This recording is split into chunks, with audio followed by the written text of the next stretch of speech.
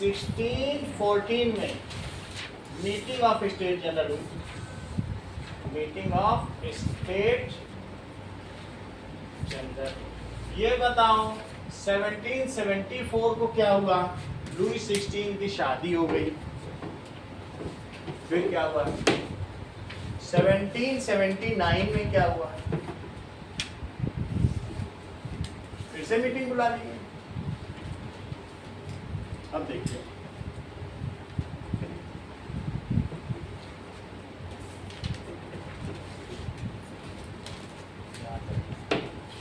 Louis 16 married. यहां तक की बात समझ आ गई? अगला देखो 1779 की 5 मई को क्या हुआ? 79 में बहुत घटनाएं हुई। 5 मई 1779 स्टेट, हाँ बोलो,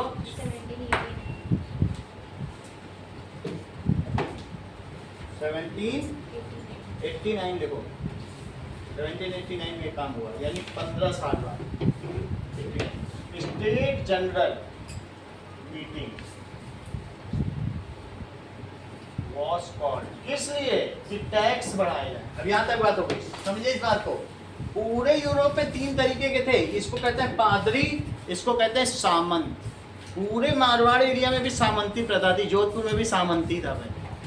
राजा एक होता था, वो अपने वफादारों को जगह जगह का सामंत बना देता था। मेहरानगढ़ में वो सामंत बैठता था। तो इसको क्या कहते हैं बोलो? सामंत। सामंत का मतलब क्या होता है? राजा अपने परिवार के बहुओं को, बेटियों को, उनके दामादों को कुछ कुछ चीजें दे देता था। कहता था जाओ तुम राज करो, वहां का सब टैक्स लेना, टैक्स लो, हाँ उसमें से कुछ मेरे पास भेजते जाना और कुछ सेना रखना, 50% हमें दे देना, 50% में एंजॉय करो। ऐसा समझ में आई? तुम कितना भी लो टैक्स, खून चूस लो, हमें लेना देना नहीं। सामंती प्रथा बहुत खतरनाक होती है। अब देखिए who was giving tax? Third state. अब तो इस चीज को देखो। चौथी चीज, at that time there was a feudal system. Feudal system का मतलब क्या होता है? सामंतवादी प्रथा। एट दैट टाइम पूरे यूरोप में क्या था? Time there was feudal system. Feudal system का क्या मतलब होता है? सामंतवादी प्रथा। इसमें क्या होता है? First and second states were not giving taxes. State were exempted from tax.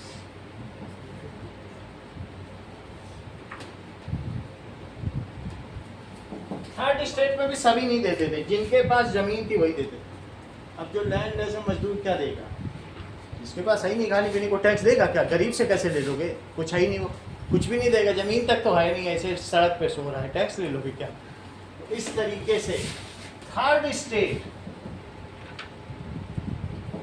First and second category were giving tax, tax देते थे। उसमें भी कितना टैक्स कोई दे? अगर वो 3 लेबर डेज के बराबर टैक्स देता है, जैसे 700 रुपये आजकल एक लेबर का चार्ज है, जो 2100 रुपये महीने का दे रहा है, उसको वोटिंग का अधिकार है, यानी वोटिंग मिलेगी उसको। अब आगे देखो, थर्ड स्टेट की जो फर्स्ट एंड सेकंड कैटेगरी, कौन कौन सी फर्स्ट एंड सेकंड कैटेगरी यहाँ लिखाया है? फर्स्ट एंड सेकंड कैटेगरी या क्लास, वो क्या करती थी बोलिए? पे टैक्स। अच्छा, इसमें 2 तरीके के कर थे। एक रिलीजियस टैक्स था, उसको टिथे कहते हैं, और दूसरा क्या था? टैली। यानी जितना तुम टैक्स दोगे 10% तो सिर्फ फादर के पास चला जाएगा, और 90% टैक्स राज काम में, सेना वाना मेंटेन करने में सेना का या और इंस्टीट्यूशन से, गवर्नमेंट इंस्टीट्यूशन मेंटेन करेगी। सो टैक्स 2 तरीके का था। 10% टैक्स was religious, इसको टिथे कहते थे, एंड 90% कैसा था? was टैली, उसे क्या कहते थे? that is administrative। अब जरा देखिए, अभी मैंने क्या लिखाया कि फर्स्ट और सेकंड स्टेट टैक्स नहीं देते थे। 90% of the land was in the hand of 10%। 90% लोगों के पास 10% जमीन और 10% लोगों के पास 90% जमीन। सो इसका मतलब क्या था कि 90 नहीं लिखे 70% of land was in hands of first and second state। 70%। whose population, जिनकी पॉपुलेशन कितनी थी, was 10%। तो इससे तुम्हें पता चल जाएगा बाकी जो 70% 90% लोगों के पास 30% ही जमीन बची। इतनी बात हो गई। अब जरा देखो कि फ्रॉम, यहाँ देखिए 1730 to 1789 French population increased from 2.1 billion to 2.8 billion। इतने आप ये समझिए 21 करोड़ लोगों से 28 करोड़ हो गई। सही है, इतनी हो गई French population. increased from 2.1 billion से कहां तक 2.8 बिलियन। अब आगे की बात करें, इस चीज को थोड़ा कंफर्म करें पहले पॉपुलेशन को कि मिलियन है कि बिलियन, मतलब कितने करोड़। ठीक है,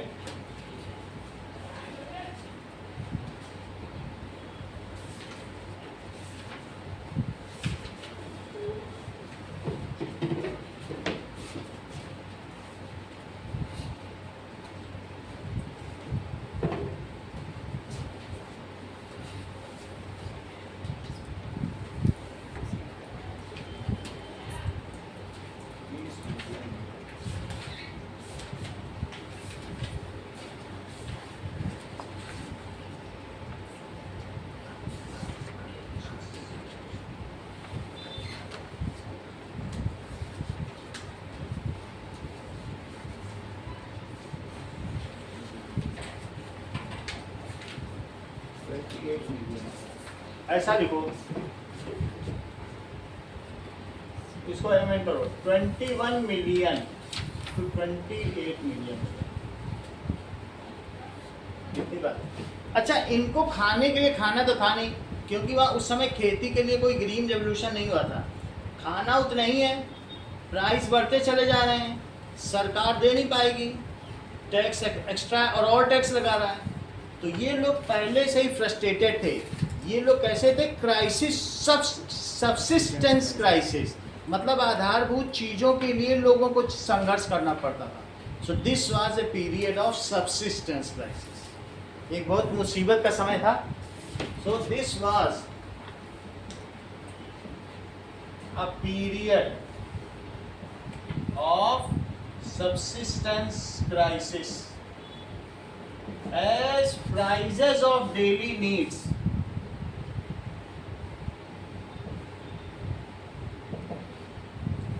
were rising। यहां तक की स्थिति थी। ऐसे में उसने क्या काम कर दिया, क्या उसने स्टेट जनरल की मीटिंग बुला ली, और कब बुला ली, यहां देखो 5 मई को बुला ली। ठीक है, अच्छा मीटिंग कॉल हुई तो क्या हुआ होगा, मीटिंग हेल्ड हुई, तो मीटिंग में क्या हुआ होगा,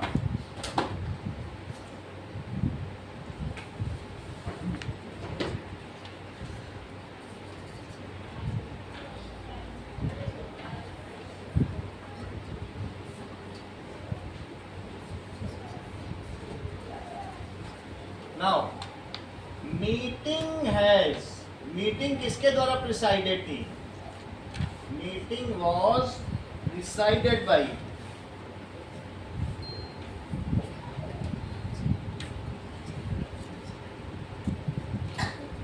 चलिए मीटिंग को किसने प्रिसाइड किया, डिसाइडेड बाय लुई 16 लिखा।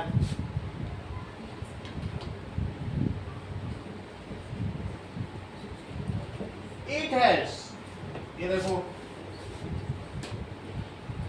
स्टेट जनरल मीटिंग,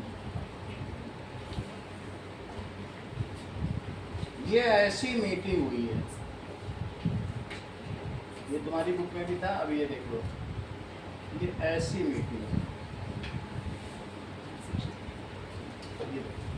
इसमें क्या था, 300 लोग यहाँ बैठे हैं, ये क्लर्जी हैं, 300 लोग ये कहाँ बैठे हैं, नोबिलिटीज, ये 600 लोग हैं, 600 लोग ये थर्ड स्टेट के, ये सब खड़े हैं, ये वो 600 लोग हैं, ये रिप्रेजेंटेटिव्स हैं जो पब्लिक ने भेजे हैं, ये क्लर्जी ने भेजे हैं, ये नोबिलिटीज ने भेजे, ये सब खड़े, इनको बैठने की जगह नहीं, ये लुई 16 बैठा हुआ। अच्छा, ये जो पीछे खड़ी हुई हैं ये औरतें हैं, फीमेल्स हैं, जो एक्टिव सिटीजन, जो बहुत अमीर लोगों की औरतें होती हैं वो हैं, गरीब की नहीं, एक्टिव, ठीक है, जो लोग वोट देते हैं उन्हीं की औरतें, सही है।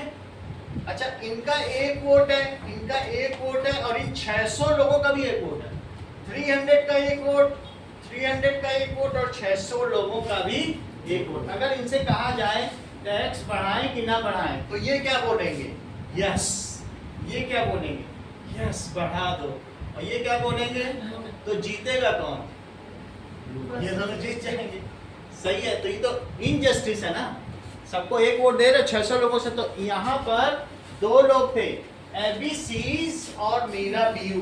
मीरा बियू खुद ही एक नोबिलिटी था, राजा का व्यक्ति था, लेकिन वो इनके साथ बहुत अच्छा था, नेक दिल व्यक्ति था।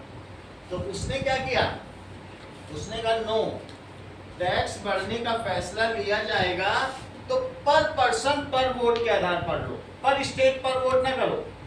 तो फिर हम भी 600 है, वो मिला के 600 है, देखें कौन जीतता। तो ये जस्टिस हुआ 600। तो राजा ने कहा नो, पर स्टेट पर वोट लेंगे, पर पर्सन तो नहीं लेंगे। इन लोगों ने यही छोड़ा, बोला हम तुम्हारी वोटिंग से हटते हैं। इनके पास 4000 लेटर थे, लोगों ने कहा जा रहे हो राजा के पास, हमारी भी बात बता देना। 40,000 वो लेटर सब डस्टबिन में डाल दिए थे, बोले कुछ नहीं, अब यहाँ वोटिंग करो, टैक्स बढ़ाया जाए। ये लोग चले गए, अब वोटिंग हुई नहीं तो फिर कैसे टैक्स बढ़ेगा। ये लोग जा करके फिर 1.5 महीने बाद 20 जून को बगल में टेनिस कोर्ट था, एक वहाँ नदी बहती थी, अभी नदी का नाम बताएंगे, वो रिवर वर्सिलीज की थी, उसी के बगल में महल बना हुआ, सही है। तो रिवर के दूसरी तरफ ये गए, वहाँ एक टेनिस कोर्ट था बड़ा, उन्होंने ओथ ली कि अब हम राजा की पावर कम करेंगे, राजा को हटाएंगे नहीं, इतना तो कोई सोच भी नहीं पाता था वहाँ। अब समझो महाराणा और अकबर के समय कोई डेमोक्रेसी सोच पाएगा, है ही नहीं। पूरी दुनिया को डेमोक्रेसी फ्रांस ने ही सिखाई है, फ्रांस को कहा जाता है मदर ऑफ डेमोक्रेसी। समझ में आई बात कि नहीं। ये लोग कहाँ चले गए बताओ, टेनिस कोर्ट में गए। अब ये देखो, नाउ टेनिस कोर्ट असेंबली, तो अभी देखो वो इमेज आ जाएगी तो दिखा देंगे। ये लोग वहाँ गए टेनिस कोर्ट में, देखो ऊपर से रोशनी आ रही है, ऐसे इन्होंने क्या किया, टेनिस कोर्ट में शपथ ली। ये देखो दिख रहा है, ये इंडोर है, बस वो नदी के दूसरी तरफ चले गए और इन्होंने अपनी एक असेंबली फॉर्म की जिसका नाम क्या था, नेशनल असेंबली, और बोला कि हम मोनार्की से कॉन्स्टिट्यूशनल मोनार्की, हम संविधान बनाएंगे, राजा से कहेंगे तुम ही राजा हो, हाँ तुम इन नियमों को मानो जो हमने बनाया है, अब कॉन्स्टिट्यूशन से चलेगा। तो उसको क्या कहेंगे, राजतंत्र। Now it will be shifted to संवैधानिक राजतंत्र। Monarchy will be converted into constitutional monarchy. तुम्हारी पावर को कर्व कर देंगे, कम कर देंगे, सही है कि नहीं। ये लोग निकल गए। क्या आप मुझे बताएंगे इनके 2 लीडर कौन कौन है जो यहाँ हाथ खड़ा कर रहे हैं, आप बताओ पूजा। सुनना भी है सीखना भी है, ऐसे विपराई सब्लिमेट नहीं कर देना। बोलो। फ्रेडरिक सोरी तो पेंटिंग है, मीरा भी हो, जैसे और भी बच्चे हैं, तुम भी सीखो, भी तो सीख रहे हैं। अभी फिर से सवाल पूछा जाएगा तब ठीक बताना, ठीक है। तो यहाँ पर इन लोगों ने 20 जून को क्या की बताओ, मीटिंग छोड़ दी, और 20 जून को क्या किया, ये असेंबल्ड, कहाँ पे असेंबल हुए, असेंबल्ड एट टेनिस कोर्ट। और क्या बनाई? And formed national assembly. अब स्टेट जनरल छोड़ दिया, उन्होंने कहा मेरी अब अपनी असेंबली हो, यही पूरे देश नेशन बना डाला। अब वही होगा। अब कुछ कुछ सिंबल तुम्हारी बुक में बने थे कि 9th में, कि सांप अपनी पूंछ मुंह में दबाए है, एक सेप्टर रूलिंग रॉड, एक गट्ठर है लकड़ियों का, शक्ति है एक, हम ऐसे दिखाए थे, और टूटे हुए क्राउन्स, ये सब भी दिखाए थे उसमें। तो एक पूरा कॉन्स्टिट्यूशन मोनोलिथिक पत्थर पे खोद खोद के बनाया, और उसमें ये सब चीजें बनाई, कलर कर दिया। तो इस इन्होंने क्या बनाया बताइए? दैट इज फॉर्म्ड या फाउंडेड नेशनल असेंबली। ये चीज हो गई। अब यहां तक की बात हो गई। मीटिंग वाज प्रिसाइडेड बाय, किसके द्वारा प्रिसाइडेड थी? लुई 16 एंड 300 रिप्रेजेंटेटिव कहे जाएंगे, representative of first state, 300 from second state and 600 from third state. Assemble, वहाँ assemble हुए। The voting pattern कैसा था? voting pattern था one state one vote, one state one vote. अब मीरा, DU एंड FA सहीस, इन्होंने क्या किया? Of third state asked for voting pattern as per one person one vote. King denied, king ने मना कर दिया। फिर क्या होगा? Now third state representative, third state ने क्या किया? left meeting and assembled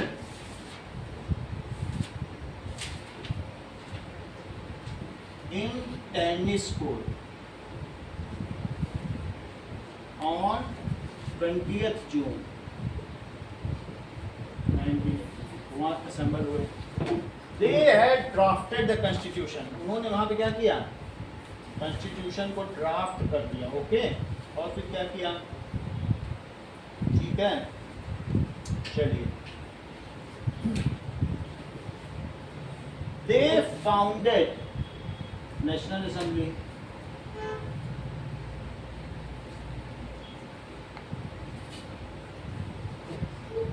and drafted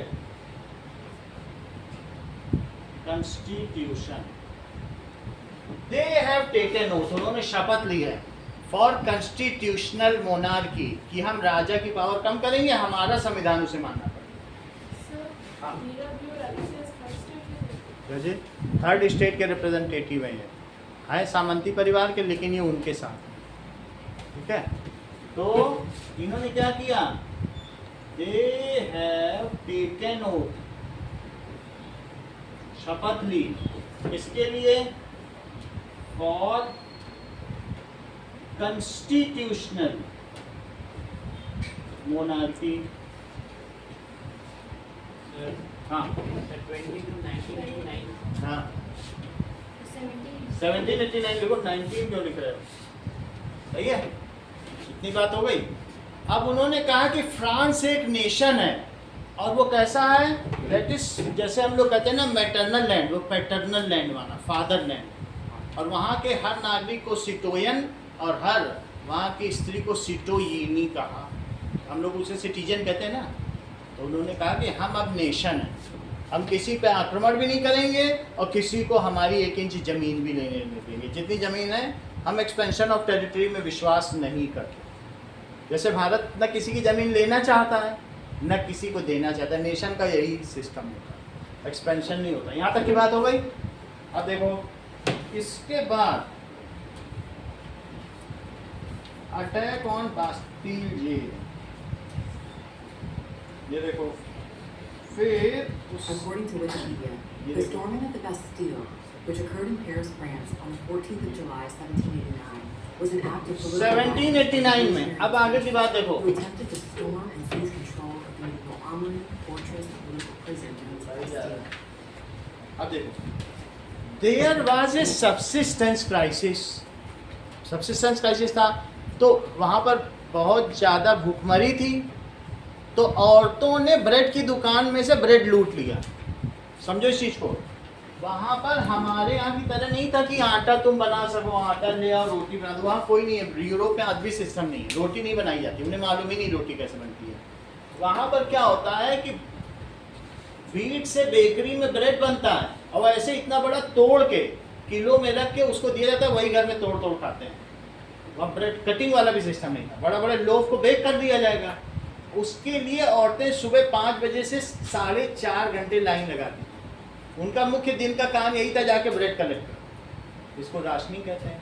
लेकिन ऐसा पता चला कि एक दिन दुकान में वहाँ ब्रेड ही खत्म हो गया, रोटी खत्म हो गई, तो बोलो औरतें घर में क्या बिना खाली हाथ जाती? उन्होंने कहा कि जब देखा खत्म होने लग गई तो अंदर गई कि नहीं ऐसा कैसे खत्म कैसे होगी, लूट ली दुकान। समझ में आ गई बात?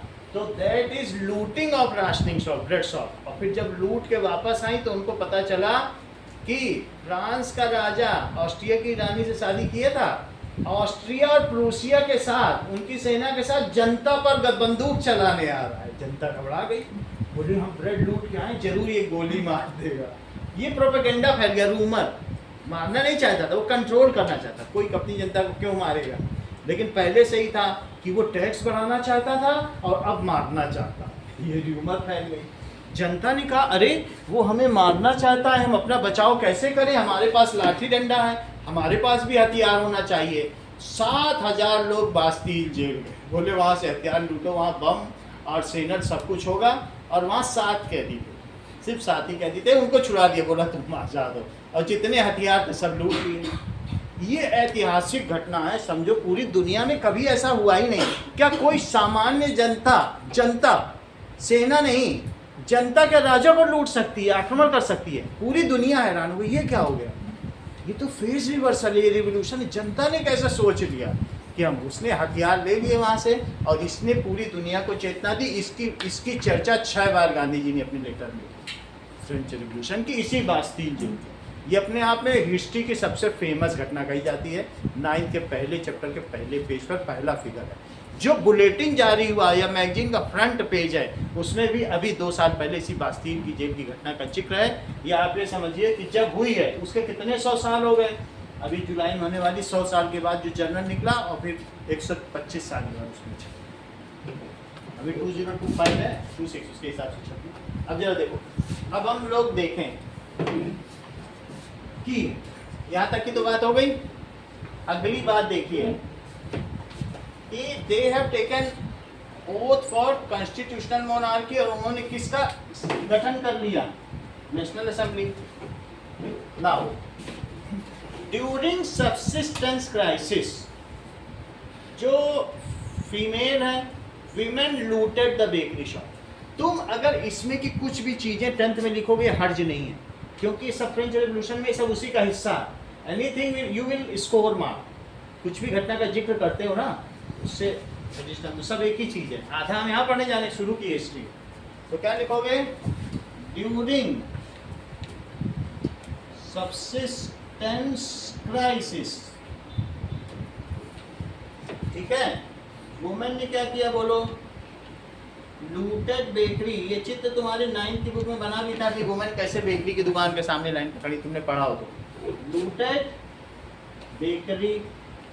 नाउ किंग वाज फ्यूरियस, वो बहुत ही गुस्सा हो गया, ये सब क्या हो रहा है? And send army to control this situation, कि जाओ देखो ऐसे लूट पाट होगी तो कैसे चलेगा। एंड नाउ किंग लुई 16 की बात की जा रही है, was furious and send army to control this situation.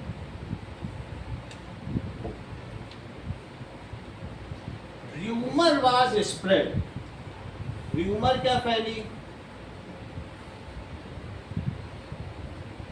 That king's army is approaching to kill common people, king's army is approaching to kill common people. फिर क्या हुआ, 7,000 कॉमन पीपल, उन्हें रिवोल्यूशनरीज कहो, क्योंकि ये वर्ड पहली बार आया ही था, रिवोल्यूशन जैसी कोई चीज थी ही नहीं। तो क्या हुआ, अब देखो, दैट इज 7,000 लोग लाठी डंडा लेके कहाँ चले गए, फोर्ट्रेस, बास्ती में किला था, किला क्या था, बहुत बड़ा किला नहीं था, वो किली था, छोटा सा किला। अब जरा देखो, 7,000 common people, that is revolutionist, क्रांतिकारी,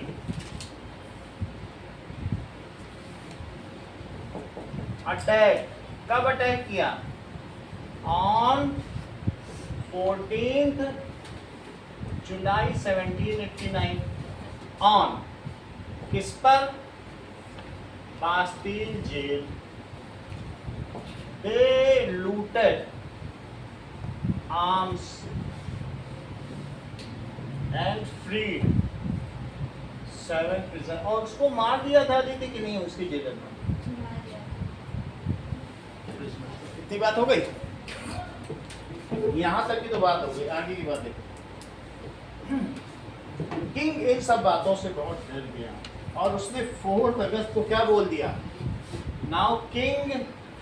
इसके बाद फ्रांस और फ्रांस की राजधानी पेरिस कई दिनों तक जलती रही, छुटपुट घटना होती रही, रोज गवर्नमेंट इंस्टीट्यूशन पे क्या करने लगे, आग लगाने लगे।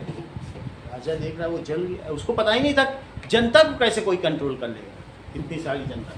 तो किंग एफ्रेड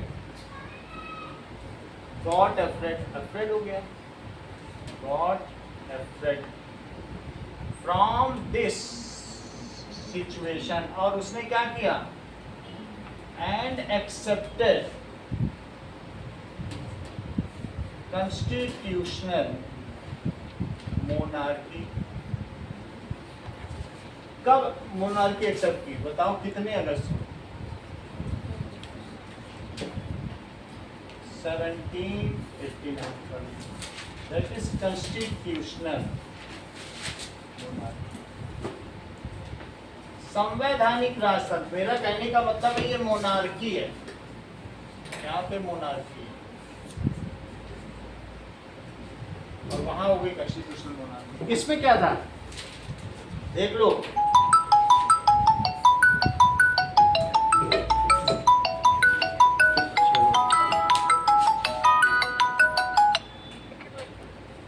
हाँ बोलिए रफीक। कोचिंग में हो? हाँ ठीक है, बाहर 10 मिनट बाद आ जाओ। क्या भाई?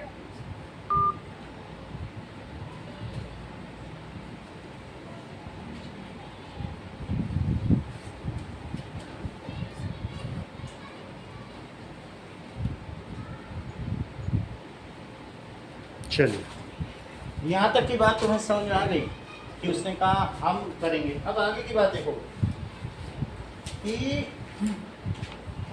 जो सिटीजन थे, ये देखिए सिटीजन कितने थे, 28 मिलियन थे। अभी हम लोगों ने वहाँ लिखा था कि नहीं, उसी के आसपास की तो बात की गई थी। 28 मिलियन सिटीजन थे, उसमें से कुछ पैसिव सिटीजन थे और कुछ एक्टिव सिटीजन थे। एक्टिव सिटीजन और दूसरे क्या थे, पैसिव सिटीजन।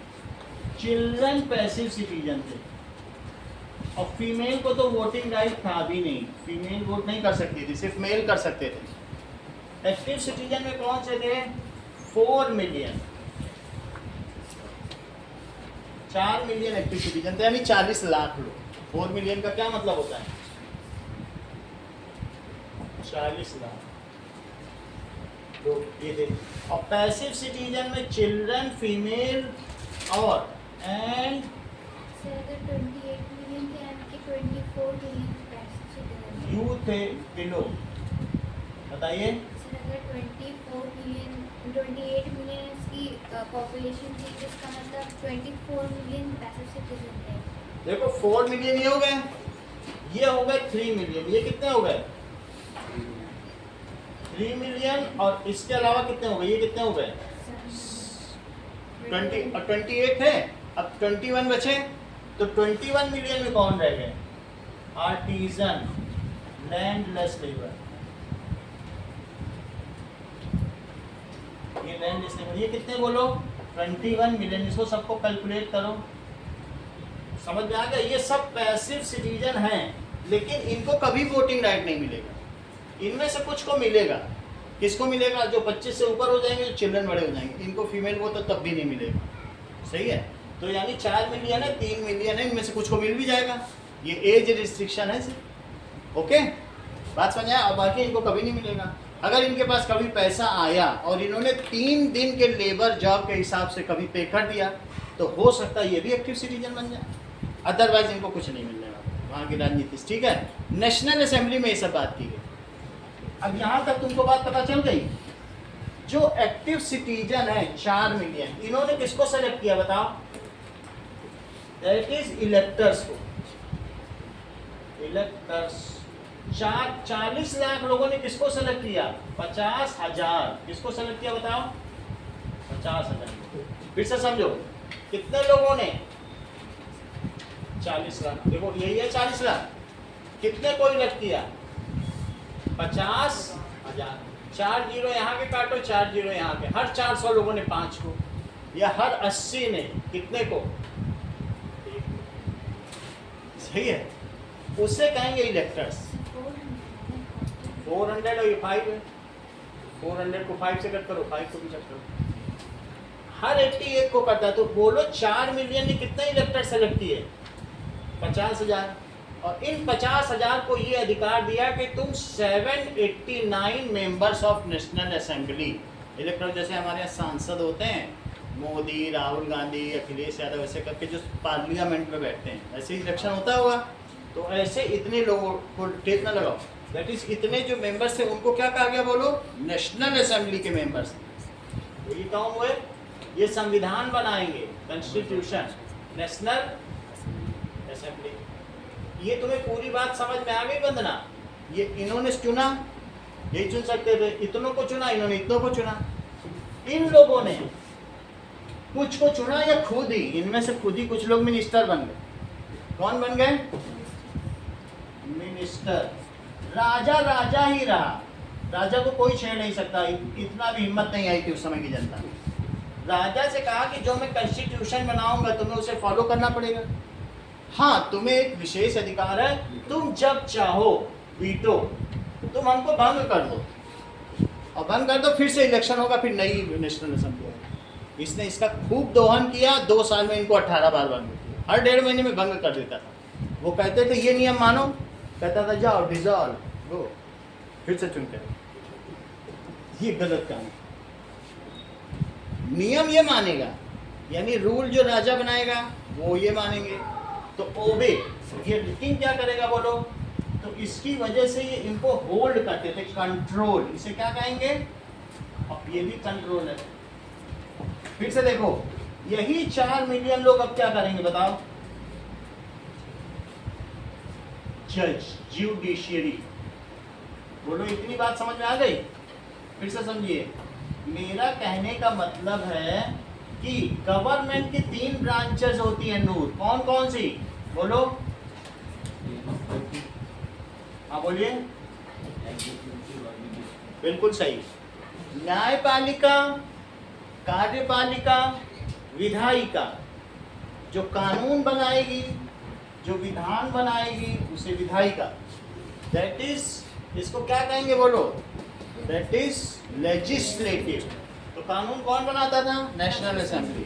देखो लेजिस्लेटिव, ये कौन था, सरकार कौन चलाता था, उसकी पालना कौन कराएगा, एग्जीक्यूटिव। और दंड कौन देगा अगर न्याय तोड़ा, कानून तोड़ा जाए, judiciary, that is judiciary. Judiciary was independent. तो ये गवर्नमेंट की 3 ब्रांचेस तुम्हें समझ में आ गई, यहाँ तक की पूरी बात समझ आ गई। यानी अब वहां पर 4 अगस्त को क्या चीज होगी बताइए? 4 अगस्त में क्या हो गया? 2 मिनट के लिए वीडियो बंद करना है।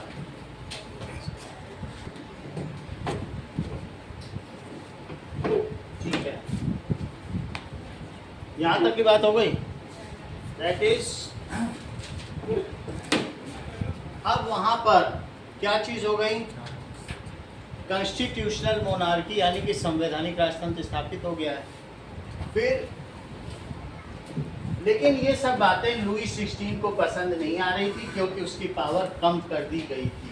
वो भले ही उसको भंग करता हो, लेकिन एक डिस्टरबेंस तो हो ही गया, जिसकी वजह से अब कोई उसके ऊपर था, वो चीज उसे पसंद नहीं थी। वो फ्रीली कोई निर्णय ही नहीं ले सकता था। तो इन दोनों के बीच में एक तरीके का टेंशन रहता था, कभी वो ऊपर तो कभी वो ऊपर। इसी बीच में वो इनसे साठ-गांठ करने लगा। लुई 16 किससे साठ-गांठ करने लगा? प्रूशिया के साथ, ठीक है, और यहाँ के साथ, ऑस्ट्रिया के साथ। ऑस्ट्रिया की तो उसकी राजकुमारी थी, उनका मैका था, मैरी एंटोनिटी का, दोनों के साथ। सो लुई 16 क्या था बताइए? लुई 16 was upset हो गया। Louis 16 was upset by reduction of power.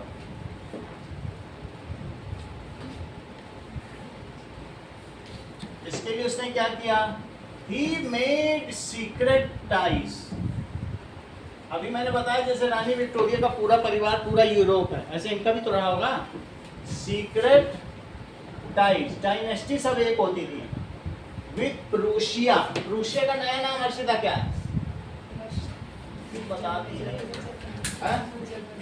Germany. और पर्शिया का नया नाम क्या?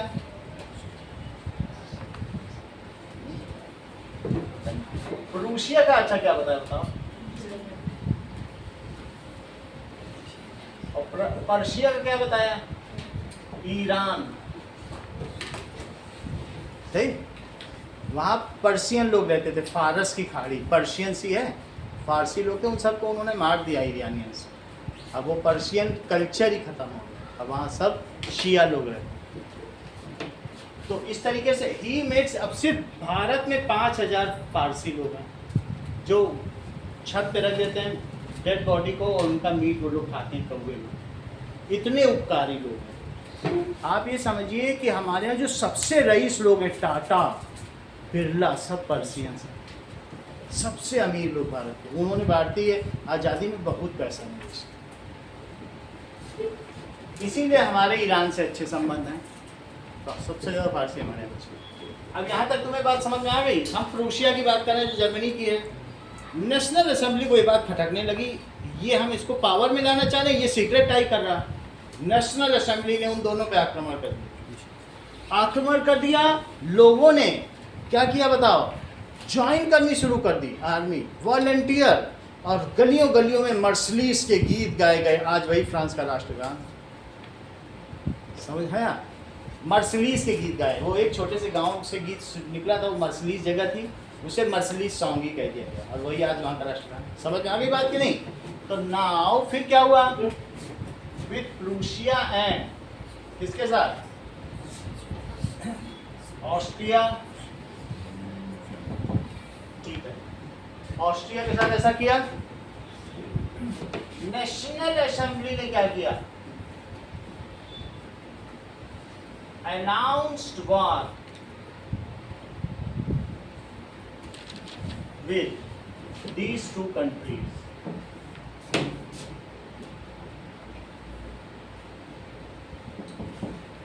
इसमें क्या हुआ? Thousands of volunteers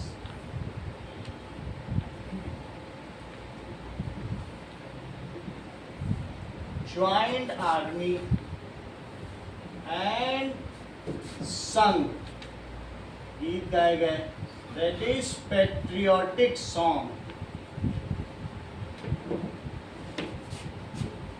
song made in Mercedes.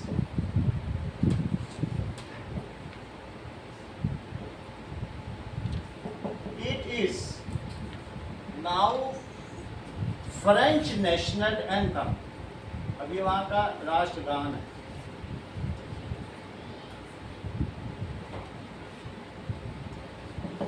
यहाँ तक की बात हो गई. हम कहाँ तक आ चुके हैं बताओ? 89 में आ गए. इसके बाद धीरे धीरे युद्ध तो समाप्त हो गया, ठीक है. फिर ये लोग भागने लगे. कौन लोग? लुई 16 अपने परिवार के साथ और उसके 3 बच्चे थे. तीनों के साथ भागा कि हम प्रूसिया भाग जाएंगे. समझ में आया? क्योंकि ये लोग कुछ ना कुछ गड़बड़ कर देंगे. तो अब यहाँ पर 1990 में ये भागना चाहता था. Louis 16 want to fled to Germany, यानी प्रूसिया. उसको पकड़ लिया. सही है. आगे की बात है कि यहाँ तक की बात हो गई. तुमको क्या लगता है कि अब क्या ये जो थर्ड स्टेट था, यही तो है थर्ड स्टेट, ये हैप्पी था कि नहीं हैप्पी था? क्यों? क्योंकि थर्ड स्टेट को ही मैक्सिमम टैक्स पे करना होता था. मैक्सिमम टैक्स पे करना था. नेशनल असेंबली जब आ गई तो उसने ये क्या कर दिया? फ्यूडल सिस्टम एबॉलिश कर दिया था. उसने फ्यूडल सिस्टम भी एबॉलिश कर दिया था. समझ में आ गई बात कि नहीं? नाउ नेशनल असेंबली ने क्या किया था? बोलो. Assembly abolished. क्योंकि आएगी तो कुछ ना कुछ तो संविधान में परिवर्तन करेगी. उसने सामंतवादी प्रथा एबॉलिश कर दिया, फ्यूडल सिस्टम. ठीक है. और फिर क्या हुआ? फ्यूडल सिस्टम को उसने खत्म कर दिया, सामंतवादी प्रथा को. Now no tax is to be paid. That is it has abolished tithe. अब राजा के अंडर में सबके लिए यूनिफॉर्म टैक्स सिस्टम है. पहले भी हमने बताया था सामंत जितना मर्जी टैक्स ले सकता था. नाउ ऐसा नहीं था कि टैक्स नहीं लिया जाता था, लेकिन यूनिफॉर्म जितना होगा पूरे देश में यूनिफॉर्म टैक्स सिस्टम हो गया. वो बात समझे? ये ज़्यादा अच्छा है. Now uniform tax system was implemented.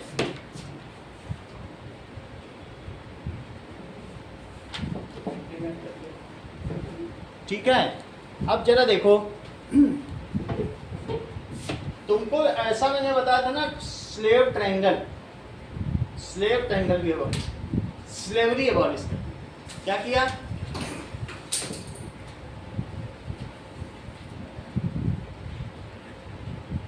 अब बताओ वंदना, मेरा प्रश्न फिर आ रहा है. क्या इतना हो जाने के बाद तुमको ये लगता है कि ये जो थर्ड स्टेट है ये हैप्पी हो गया? बोलो कि नहीं हुआ होगा? ये कह रहे नहीं हुआ है. क्यों ऐसा कह रहे हैं?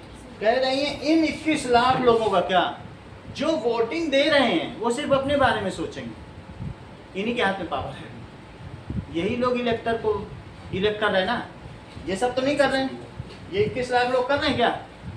यानी 21 मिलियन का मतलब 2 करोड़ 10 लाख. 21 मिलियन का ये मतलब हुआ. ये तो कुछ नहीं कर रहे हैं. इन्होंने कहा ये जो 40 लाख लोग हैं, 4 मिलियन का मतलब 40 लाख, ये तो इलेक्ट कर रहे हैं, सब चीज़ें अपने लिए बना रहे हैं. भाई जिसके हाथ में वोटिंग है उसी के हाथ में पावर है. इन्होंने कहा हम लोग सैंट कुलोटन के नाम से एक नई ड्रेस पहनेंगे और हमारा क्लब होगा जैकोबिन क्लब. इन्होंने अपना क्लब बना डाला. कह रहे तुम हमारे बारे में सोचते नहीं हो, तुम सिर्फ एक्टिव सिटीजन के बारे में सोचते हो. सही है. ये भी बहुत मुश्किल से कहने किया, क्योंकि ट्रेडर्स जाते थे वहाँ पर मजदूर को करने और फिर स्लेव लेकर के जाते थे. कमाई होती थी ट्रेडर्स की. ट्रेडर्स यही तो थे एक्टिव सिटीजन. बहुत बाद में किया. स्लेवरी एबॉलिश की थी 6 महीने के लिए, फिर लागू कर दिया. सर अबॉलिश तो नहीं हुई थी, वो तो जैकोबिन क्लब आकर वापस पे आने की थी. इन्होंने किया था डिस्कशन बट हुआ नहीं था. इसे मतलब स्लेवरी का हटा दो. जब कोबिन क्लब ने शुरू में किया था फिर से लागू कर दिया था, फिर उसको काटा गया. हाँ.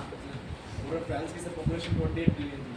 फर्स्ट और सेकंड स्टेट में है, थर्ड स्टेट में तो है. फर्स्ट और सेकंड स्टेट में भी 10% लो. इट इज अब अभी इस समय की ये स्थिति है पूरे इसी में हो गई. तो 30 मिलियन रखो, क्योंकि इस समय तक 89 तक बिल्कुल एग्जैक्ट फिगर नहीं है, उनके जो 10% है उसको आप एक और भी जोड़ लो, जितने भी होते हैं, समझ में आई बात कि नहीं? वो पढ़ने से पता चल जाएगा। हम लोग एक तरीके के क्रोनोलॉजिकल ऑर्डर देख रहे हैं, 10 लाख उधर 10 लाख इधर, इतना चलेगा। बहुत चीज़ प्रिसाइजली पढ़ोगे तो पढ़ेंगे, क्योंकि हमारे मतलब की चीज़ नहीं है, सिर्फ हम उसको कनेक्ट करने की कोशिश कर रहे हैं, वो होगा ऐसा जैसा बुक में दिया, बस वही हम डिटेल देख के चलना है कि टोटल 28 मिलियन वही, अब कुछ होगा उनके भी होंगे थोड़े बहुत, सही है। कहने का मतलब है, अभी वंदना ने तुम लोगों को क्या बताया, बताओ। That is the third class, a lower class of third state was discontented. इनका कहने का मतलब है ये सब असंतुष्ट थे, इनके हाथ क्या लगा? रिवोल्यूशन में ये भी लड़ने झगड़ने गए थे, कुछ पाए? कुछ नहीं पाए। इनके हाथ कुछ लगा? तो ये जो लोग थे, जो लैंडलेस लेबर थे, जो कर्मचारी थे, आर्टिजन थे, इनके हाथ कुछ लगा? नहीं लगा ना। देखो अब यहां से लिखिए कि lower class of third state were discontented, असंतुष्ट, असंतुष्ट। फिर उन्होंने मोनिका क्या किया होगा बताओ? दे फॉर्म जैकोबिन क्लब, ठीक है, सेंट जैकोबिन के नाम से था, एक वो थे। They form Jacobin club. Founder कौन था? Saint Jacobin. अच्छा, इसका कहना था the France should be made republic, all person about 21 years age should have right, और वो हुआ, ठीक है। नाउ इट्स लीडर वाज क्या होगा? Was Maximilian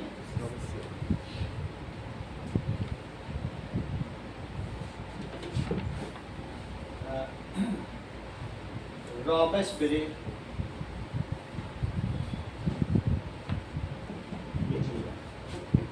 Now, elections were held by National Assembly, and all persons about 21 years of age, excluding females, were voted. सही है, अभी तक भी फीमेल को वोटिंग राइट नहीं मिला था। फीमेल को मिला बहुत सालों के संघर्ष के बाद, वो हम अलग से पढ़ेंगे, वो भी हिस्ट्री की बुक में है। Now all persons above 21 years excluding females have voted, and France become Republic. फिर से समझो, रिपब्लिक का मतलब क्या होता है? एक काइंड ऑफ इलेक्टेड गवर्नमेंट, जहां सरकार चुनी जाए, उसे रिपब्लिक कहते हैं। इंडिया भी रिपब्लिक है, यहाँ सरकार चुनी जाती है, ये इलेक्टेड होती है, सेलेक्टेड नहीं होती है, ठीक है। A kind of A form of government in which government is elected by people is called Republic. A form of government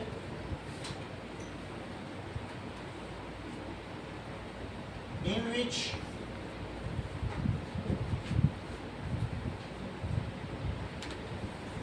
is elected by public is called, उसे क्या कहेंगे? रिपब्लिक, ठीक है। Jacobins club one election, Jacobin club ने क्या किया? Election जीत लिया, और फिर क्या हुआ? उनका जो लीडर था मैक्सिमिलियन रॉबेस्पियरे,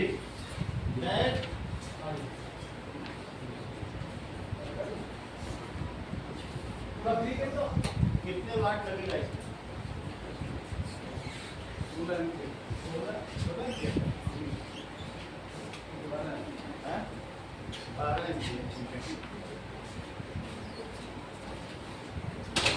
इसमें लगाओ,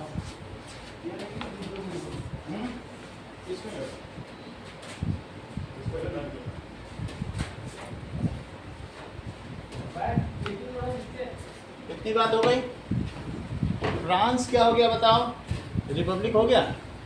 Jacobins club won, Jacobin club जीत गया,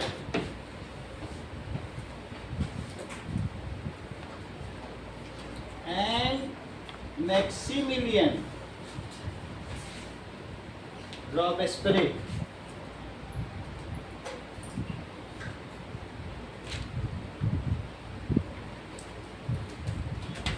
वो क्या हो गया, वॉज मेड, वो क्या होगा, हेड ऑफ फ्रांस, हेड बन गया,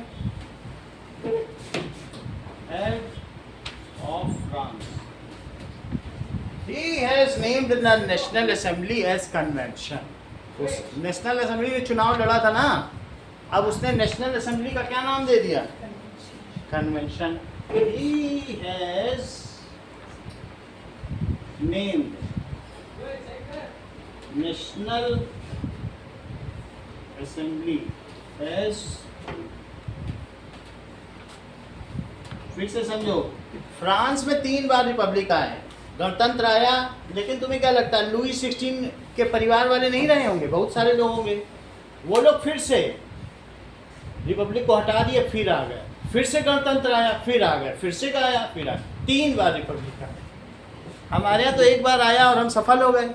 फ्रांस में लड़ाई चलती रही, जो वहाँ लिबरल थे, जो स्वतंत्रता चाहते थे, और कंजर्वेटिव। कंजर्वेटिव का क्या मतलब हुआ, कंजर्वेटिव का मतलब है जो राजतंत्र, जो चाहते हैं बदलाव ना हो, रूढ़िवादी लोग, रेडिक्यूल्स, कंजर्व्स होते हैं ना जो कंजर्वेटिव, वो राजा लोग थे, या राजा के सपोर्टर थे, या क्लर्जी थे, या फ्यूडल सिस्टम वाले लोग थे। अभी हट जाएगा थोड़ी दिन बाद। तुम्हें समझ में आ गई बात, क्या पता चला बताओ, कन्वेंशन आ गया।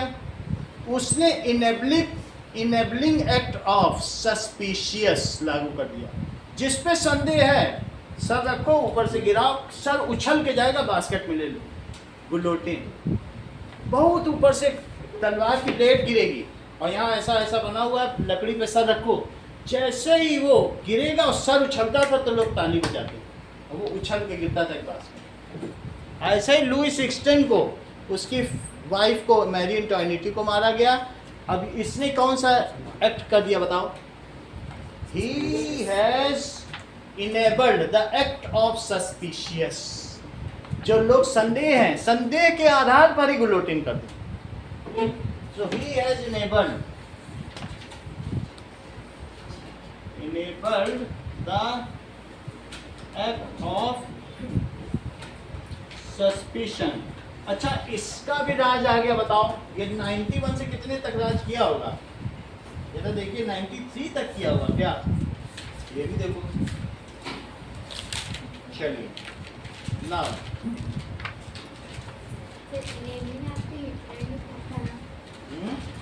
इनेबल का मतलब उसने राजा को इनेबल कर दिया।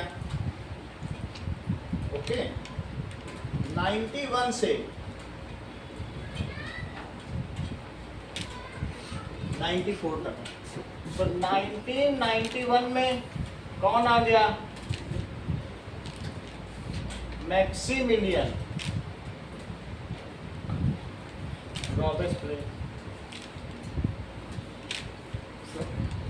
मेड एट, हाँ बोलिए सर सेंट जैकोबिन ये लीडर नहीं बना सर, क्या, सेंट जैकोबिन सर, इसका जो फाउंडर था जैकोबिन क्लब का, सेंट जैकोबिन, सर वो इसका लीडर नहीं बना, इसको क्यों बना? वो एक फादर था, पादरी। अब लीडर कोई और बन जाते हैं, जो हेड हो जाएगा उसने इसके साथ, को बनाया सर उसको, है हेड उसको बनाया। देखना पड़ेगा इसके में क्या, लेकिन उसने इसकी फाउंडेशन की थी और उसमें ये धीरे धीरे पावरफुल हो गया और ये फिर चुनाव लड़ा। ठीक है, सेंट एक फादर था, सेंट का मतलब होता है फादर।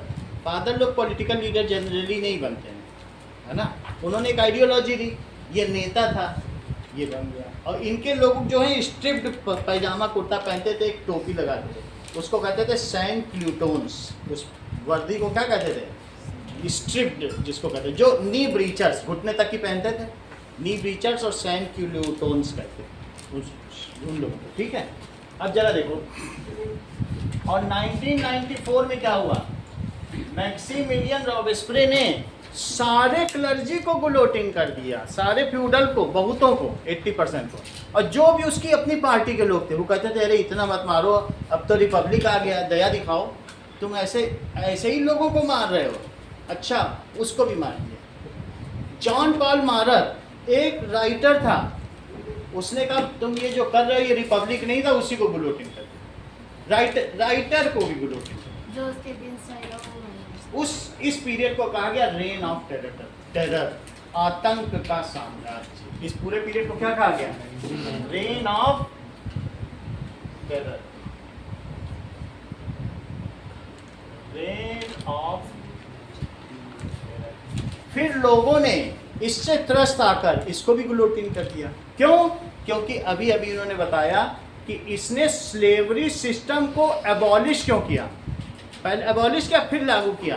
क्योंकि जो ट्रेडर्स थे, ट्रेडर्स अगर कमाई नहीं करेंगे तो देश में चाय पत्ती नहीं आएगी, कॉफ़ी नहीं आएगी, इंडिगो नहीं आएगी। वहाँ से ले जाएंगे तो वहाँ काम करेंगे तभी तो भेजेंगे। तुम स्लेवरी हटा दो, कौन लाएगा तुम्हारे चाय पत्ती? वहाँ काम कौन करेगा? भले ही ये इसी ग्रुप का था, लेकिन मजबूरन देश को चलाने के लिए, देश तो स्मूथली चलना चाहिए। उसने कहा चलो इससे तो देश चल नहीं पा रहा, हमारी कॉलोनी है। कहाँ पे है? कैरिबियन आइलैंड में, कैरिबियन सी में जो छोटे छोटे आइलैंड का समूह था ना, जिसे वेस्ट इंडीज कहती हो, वहीं पर इनकी कॉलोनी थी। तो पहले इसने हटाया क्योंकि स्लेव तो स्लेवरी का काम था। स्लेव फ्रांसीसी लोग स्लेव थोड़ी ना बनते थे, अफ्रीका से स्लेव, ये थोड़ी स्लेव थे। स्लेव कौन बनता था? अफ्रीका। इन लोगों का कुछ लेना देना नहीं था, लेकिन स्लेव रखता कौन था? व्यापारी लोग। कौन रखते थे? वो व्यापारी। कुछ स्लेव घर भेज देते थे और कुछ वहाँ काम रहते थे। उनके घर में उनके जो गुलाम रहते थे काम करते थे, शाही सोनो सब। ये लोग थोड़ी स्लेव बनते थे, ये क्यों जाएंगे काम पर? सही। चल 17 करो। 1793 कॉन्स्टिट्यूशन बना था, कब राजा बना है? ठीक है, 21 सितंबर 92 करो। सितंबर 92 में ये बना। और फिर ये करीब अगस्त में इसने क्या किया? 94 में इसको भी गुलोटिन कर दिया गया। ठीक है, अटैक किया था दो लेडीज पे। किस पे? दो लेडीज वाले पे अटैक किया था। हाँ, और फिर अटैक वो फिर बने। ये बात सही है। 1792 में ट्यूलरी में ये लोग छुप गए थे, लुई 16 और उनका परिवार। इनको निकाला वहाँ से, और निकालने के बाद ट्यूलरीज में जैकोबी से किस पर अटैक किया? ट्यूलरीज के महल पे अटैक किया। एंड अल्टीमेटली उनको निकाल के क्या किया? ये 93 है। 1793 में राजा बना और 1794 में इसको गुलोटिन कर दिया। ठीक है, तो इट इज मैक्सिमिलियन रॉबेस्पियरे गुलोटिन। जबकि इस गुलोटिन का आविष्कार मिस्टर गुलोटिन ने किया था सन 90 में, और सबसे ज्यादा गुलोटिन का यूज इन्हीं लोगों ने कर डाला। जेनेवा का रहने वाला था मिस्टर गुलोटिन, साइंटिस्ट, कि ऐसे मारो तो सबसे कम दर्द होता है और सर भी उछलता है, मजा भी आता है। तो दैट इज सबसे ज्यादा यूज इसका क्या हुआ? इन्हीं लोगों ने कर दिया। जबकि 90 में इसका आविष्कार हुआ। इतनी बात तो तुमको समझ में आ गई। अब देखिए act of suspension. Now he guillotine, इसने क्या किया? Arrested and गुलोटिन।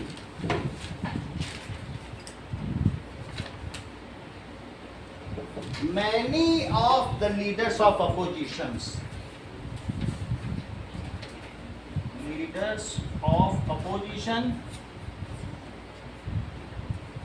and all those जो supporters भी थे, who have opposed them, some supporters को भी कर दिया। इतनी बात तुम्हें समझ में आ गई? इसने क्या किया? Finally, he was guillotined in 1994. Finally, he was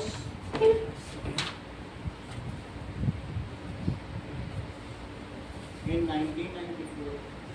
अच्छा, इसके जाने के बाद क्या हुआ? नेशनल असेंबली को लोगों ने कन्वेंशन का नाम दे दिया। ये 1794 लोगों। फिर क्या हुआ बताओ? नाउ अब आगे की बात देखो। देयर वर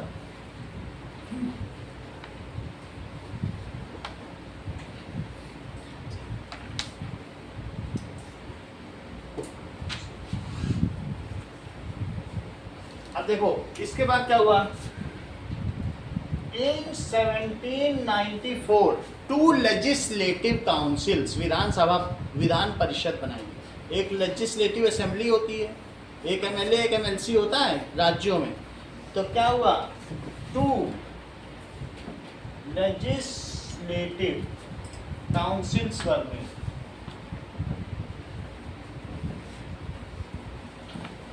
ठीक है, टू लेजिस्लेटिव काउंसिल्स बनाई गई। और ये जो लेजिस्लेटिव काउंसिल थी, इन लेजिस्लेटिव काउंसिल्स को सभी लोग फ्रेंच पब्लिक चुनती थी। तो फ्रेंच पब्लिक, इसको कहते थे यूनिवर्सल एडल्ट फ्रेंचाइजी। जो 21 साल से ऊपर के लोग हैं, अगर उन्हें चुनने का अधिकार है तो उसको क्या कहते हैं, यूनिवर्सल एडल्ट फ्रेंचाइजी। ये लोग दो काउंसिल चुनते थे, एक लेजिस्लेटिव काउंसिल और दूसरी भी लेजिस्लेटिव काउंसिल ही होती थी। ये दोनों काउंसिल क्या करते थे, 5 मेंबर को चुनती थी और उनको क्या कहा जाता था, डायरेक्टरीज। 5 मेंबर, 5 मेंबर, ये लोग इन सबको सेलेक्ट करती थी, इन्हीं के द्वारा सेलेक्ट होते थे।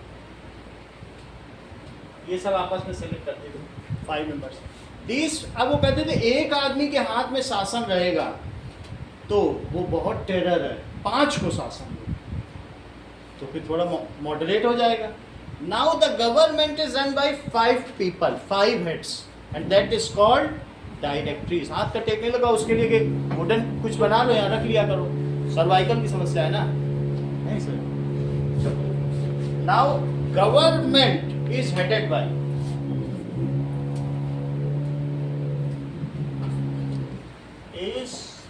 headed by 5 representatives called directories. इन्हें क्या कहा जाएगा, डायरेक्टरीज कहा जाएगा, ठीक है, directories. However, these directories were often have disputes and could not run the country better। ये ठीक से नहीं चला पाए, तो इसलिए क्या हुआ, now these directories cannot take decision, have dispute, and 5 लोग कैसे चलाएंगे, cannot take decision। चेक करें डायरेक्टरी कब बनी, बताओ, यही बन गई 1794 में। रूल ऑफ किसका हुआ, डायरेक्टरीज। लेकिन ये ज्यादा नहीं चली। 99 में एक वहां पर सेना का वीर कारपोरल था, 1799,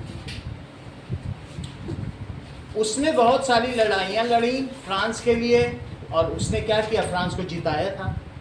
तो उस नेपोलियन का दबदबा बढ़ता गया, वो अपनी सेना का जल्दी ही हेड बन गया, और उसने अपने आप को चांसलर ऑफ फ्रांस घोषित कर दिया। आज भी वहाँ सबसे बड़े पद को चांसलर ही कहा जाता है।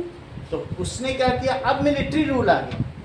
इसके बाद क्या आ जाएगा बताओ, मिलिट्री। अभी तक रिपब्लिक है, यहाँ से रिपब्लिक शुरू हुआ, ये रिपब्लिक, ये रिपब्लिक, यहाँ से मिलिट्री। 1804 में उसने अपने आप को इनेबलिंग एक्ट बनाया ना, लेकिन तुम कहीं पर भी नेट में देखोगी तो 1799 से 1815 तक उसका रूल करता रहा।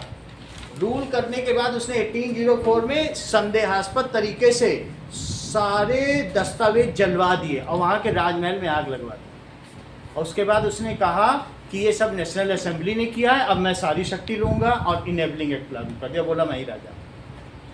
ये बात समझे, एक चाल चली, हाथ में उसी के सत्ता थी, लेकिन उसने आग लगवाई। फरवरी के महीने में वहाँ के महल में सारे दस्तावेज जला दिए, सारे डॉक्यूमेंट्स, और फिर इनेबलिंग एक्ट लगाया, बोला एम्पावरमेंट, और मैं ही राजा। बोलो बात समझ में आ गई। तो यहाँ से देखिए, इसलिए ये वीक होने लगी, डायरेक्टरी क्या होने लगी, कमजोर पड़ने लगी। Now one powerful military leader Poland से भर्ती हुआ था, लेकिन बाद में क्या हुआ? That is Napoleon Bonaparte,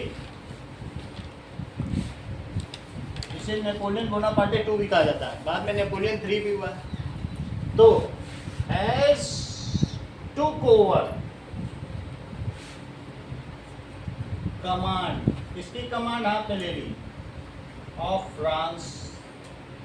he announced himself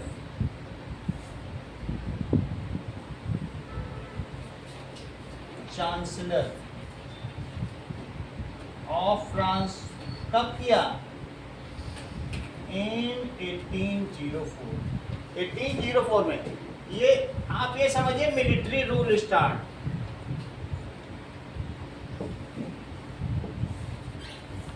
military rule start under किसके? नेपोलियन। और 1804 में क्या हुआ? तो उसने इनेबलिंग एक्ट ही अनाउंस्ड, नेपोलियन ने क्या किया? Announced chancellor of France.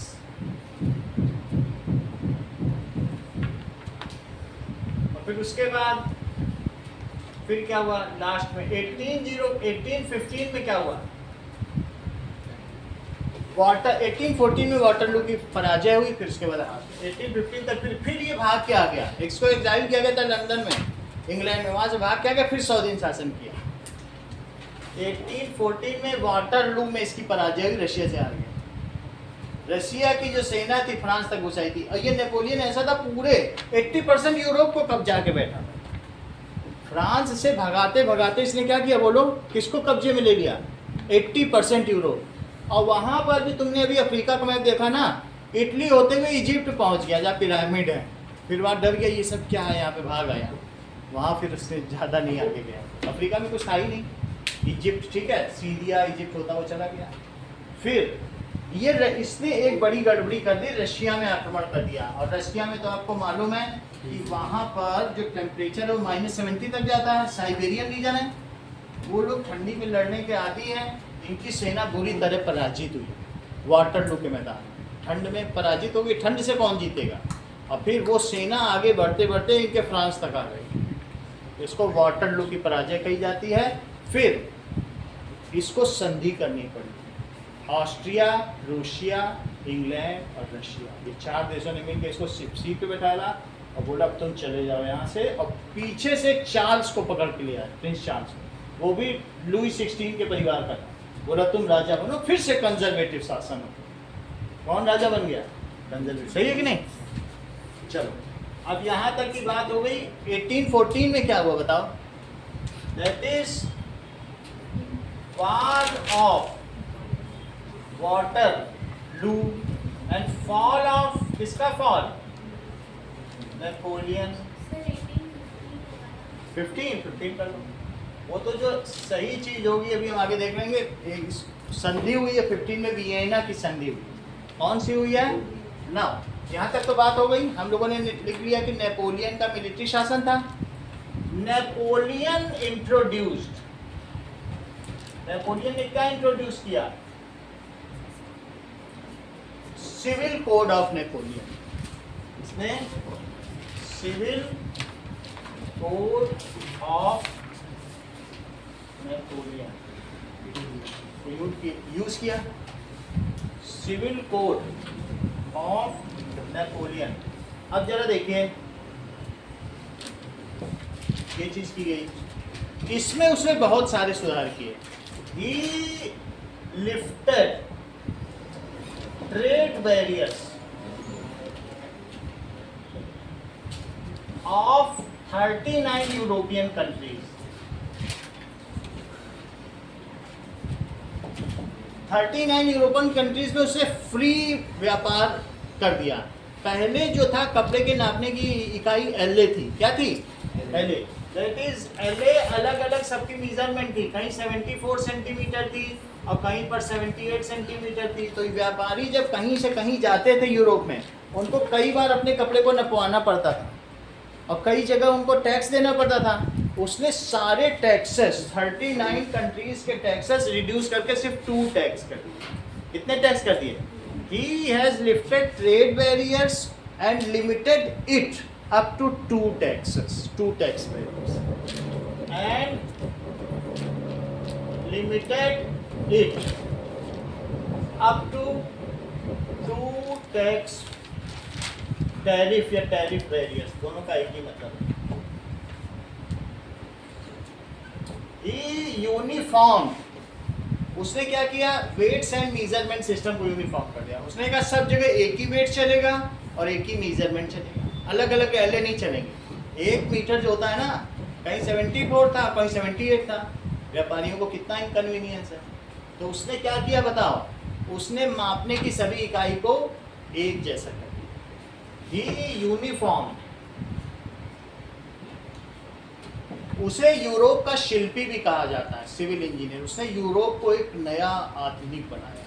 तो नेपोलियन को क्या कहा जाता है? शिल्पी, सिविल इंजीनियर ऑफ यूरोप। तो ही यूनिफॉर्म, किसको यूनिफॉर्म किया बोलिए? Weight and measurement system. He separated, उसने सिविल कोड और क्रिमिनल कोड, दीवानी और फौजदारी को अलग किया। पहले ये था कि बगल में एक हत्यारा भी खड़ा है, तुम अपने पिता और भाई बहनों से जमीन का लड़ाई करने जा रहे हो, उससे बच रहे हो। उसने कहा नो, सिविल कोर्ट अलग है जहाँ पैसे की सुनवाई होगी, और जो क्रिमिनल कोर्ट है अलग कर दिया। इतना ही नहीं किया, उसने supreme court, high court, local court, जो सब अब्सेशन कोर्ट, उसने 3 अलग अलग इनमें वर्टिकल सिस्टम भी डिवीजन किए, ऐसा भी किया। ही हैज मॉडर्नाइज्ड जुडिशियरी, सही है। So he separated, that is civil court from criminal court. He separated civil court from criminal code. He is subdivided. He has done vertical division.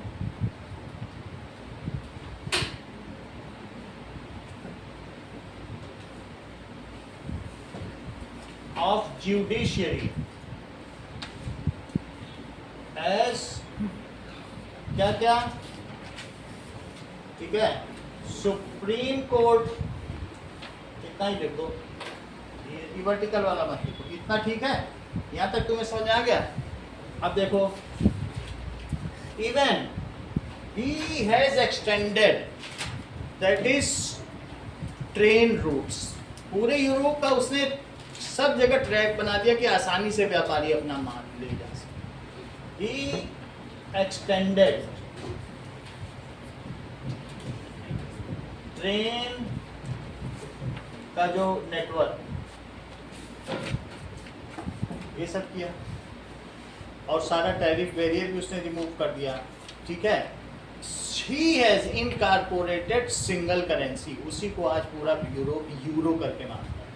पहले अलग अलग पैसे थे। सो ही इंट्रोड्यूस, जहाँ जहाँ उसका शासन होने लगा, उसने व्यापारियों के लिए चीज़ें बहुत इजी कर दी। Introduced single currency. इसके अलावा he won 80% of the European territory. He won 80% of European territory.